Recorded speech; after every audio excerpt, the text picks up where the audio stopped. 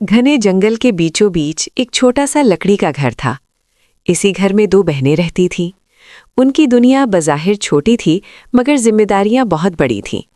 उनके वालिद बचपन ही में दुनिया से रुखसत हो चुके थे और चंद माह पहले उनकी माँ भी उन्हें हमेशा के लिए छोड़ गई थी। अब वो दोनों बहनें एक दूसरे का ही सहारा थीं। रोज़ सुबह वो जंगल में जातीं, दरख्तों से लकड़ियां काटतीं और फिर करीब के गांव में जाकर उन्हें बेचतीं। यही उनकी कमाई का जरिया था और यही उनकी ज़िंदगी की वाहिद हकीकत। मेहनत सख्त थी, मगर वो सब्र से काम लेतीं, क्योंकि उनके पास और कोई रास्ता नहीं था। एक दिन लकड़ियां काटते हुए वो दरिया के किनारे जा पहुंची। वहां पानी के साथ बहती हुई एक पुरानी किताब उनकी नज़र में आ गई। हैरत की बात ये थी कि पानी में होने के बावजूद किताब बिल्कुल खुश्क थी। उन्होंने किताब उठाई। उसके पहले सफ़े पर लिखा था, वक्त के बदले हर ख्वाहिश पूरी होगी। दोनों बहनें हैरान रह गईं। वो इस जुमले का मतलब पूरी तरह ना समझ सकीं, बस उन्हें इतना महसूस हुआ कि ये किताब हर ख्वाहिश पूरी कर सकती है। इस दिन दोनों बहनें हद से ज़्यादा थकी हुई थीं। बाजुओं में दर्द था और कदम उठाना भी मुश्किल लग रहा था।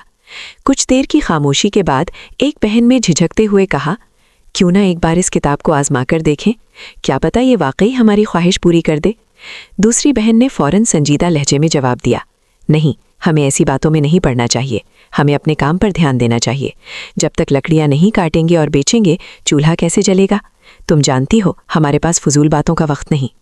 पहली बहन चंद लम्हे खामोश रही, फिर धीरे से बोली, बस एक बार ही तो कह रही हूँ, अगर कुछ ना हुआ तो फ़ौरन काम शुरू कर देंगे, इसमें हमारा क्या नुकसान है। दोनों बहनें कुछ देर खामोश बैठी रहीं। फिर एक बहन ने दूसरी की तरफ देखकर कहा, अगर वाकई ख्वाहिश करनी है तो समझदारी से करनी चाहिए, ऐसी ख्वाहिश जो हमारी मेहनत को कुछ आसान बना दे।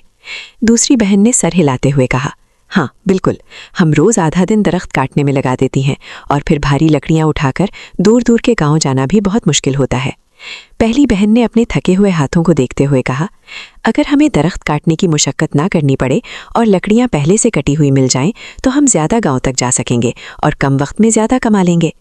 दूसरी बहन ने कुछ लम्हे सोचा, फिर बोली, हाँ ये ख्वाहिश ठीक है, इससे वक्त भी बचेगा और जिस्मानी मेहनत भी कम हो जाएगी। दोनों बहनों ने एक दूसरे की तरफ देखा और इत्तेफाक से कहा, तो फिर हम यही ख्वाहिश करते हैं कि हमें कटी हुई लकड़ियां मिल जाएं। चंद ही लम्हों बाद उनके सामने लकड़ियों का एक बड़ा ढेर मौजूद था। वो दोनों हैरत से साकित रह गईं। खौफ, खुशी और हैरानी एक साथ उनके दिल में उमड़ आए। एक बहन ने खुशी से कहा, ये किताब वाकई हमारी ख्वाहिशें पूरी कर रही है। दूसरी बहन की आंखों में चमक आ गई। वो मुस्कुराते हुए बोली, अब हमारी ज़िंदगी आसान हो जाएगी, अब इतनी सख्त मेहनत नहीं करनी पड़ेगी। उन्होंने जादुई किताब को एहतियात से घर में रखा और कटी हुई लकड़ियां उठाकर गांव की तरफ रवाना हो गईं। आज दरख्त काटने की ज़रूरत नहीं पड़ी थी, इसीलिए उनके पास आम दिनों से कहीं ज़्यादा वक्त था। आम तौर पर वो एक दिन में सिर्फ 2 गांव तक जा पाती थीं, मगर इस दिन वक्त बचने की वजह से वो 5 मुख्तलिफ गाँव में लकड़ियाँ बेच आईं। शाम तक कमाई मामूल से कहीं बेहतर हो चुकी थी, मगर वापसी पर उनके कदम लड़खड़ा रहे थे। आज की थकन आम दिनों से कहीं ज़्यादा थी। अगरचे लकड़ियाँ काटने की मेहनत नहीं थी, मगर ज़्यादा सफ़र और ज़्यादा बोझ उनके जिस्म को बुरी तरह थका चुका था। कमाई अच्छी थी, मगर थकन उससे भी कहीं ज़्यादा। जब वो घर पहुंची तो सूरज डूब चुका था। इतनी थकन थी कि खाना पकाने का ख्याल भी मुश्किल लग रहा था। एक बहन बोली, काश बना बनाया खाना मिल जाए। दूसरी ने थकी आवाज़ में कहा, हाँ आज हिम्मत नहीं रही।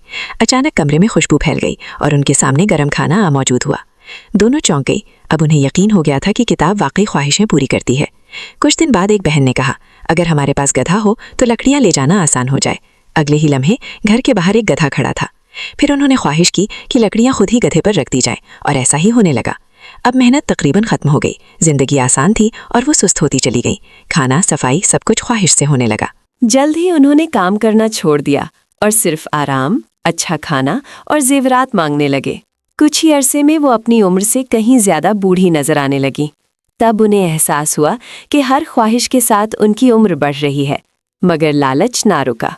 उन्होंने दौलत मांगी, फिर एक शानदार महल की ख्वाहिश की। महल तो बन गया, मगर वो दोनों फौरन बूढ़ी हो गईं। कमज़ोर जिस्म और आंसुओं के साथ उन्होंने किताब को देखा। हमने मेहनत छोड़ दी, इसी ने हमें तबाह किया। पछतावे के आलम में वो दरिया के किनारे पहुंची और किताब पानी में फेंक दी। किताब गिरते ही सब कुछ बदल गया। वो अपनी असल उम्र में वापस आ गईं, बिल्कुल पहले लम्हे की तरह। उन्होंने वादा किया, अब हम कभी मेहनत के बगैर जिंदगी नहीं गुजारेंगी। इसके बाद वो सादा मगर मेहनत भरी जिंदगी में लौट आईं। अब वो जान चुकी थीं, आसानी की लालच महंगी होती है और मेहनत ही असल सुकून है।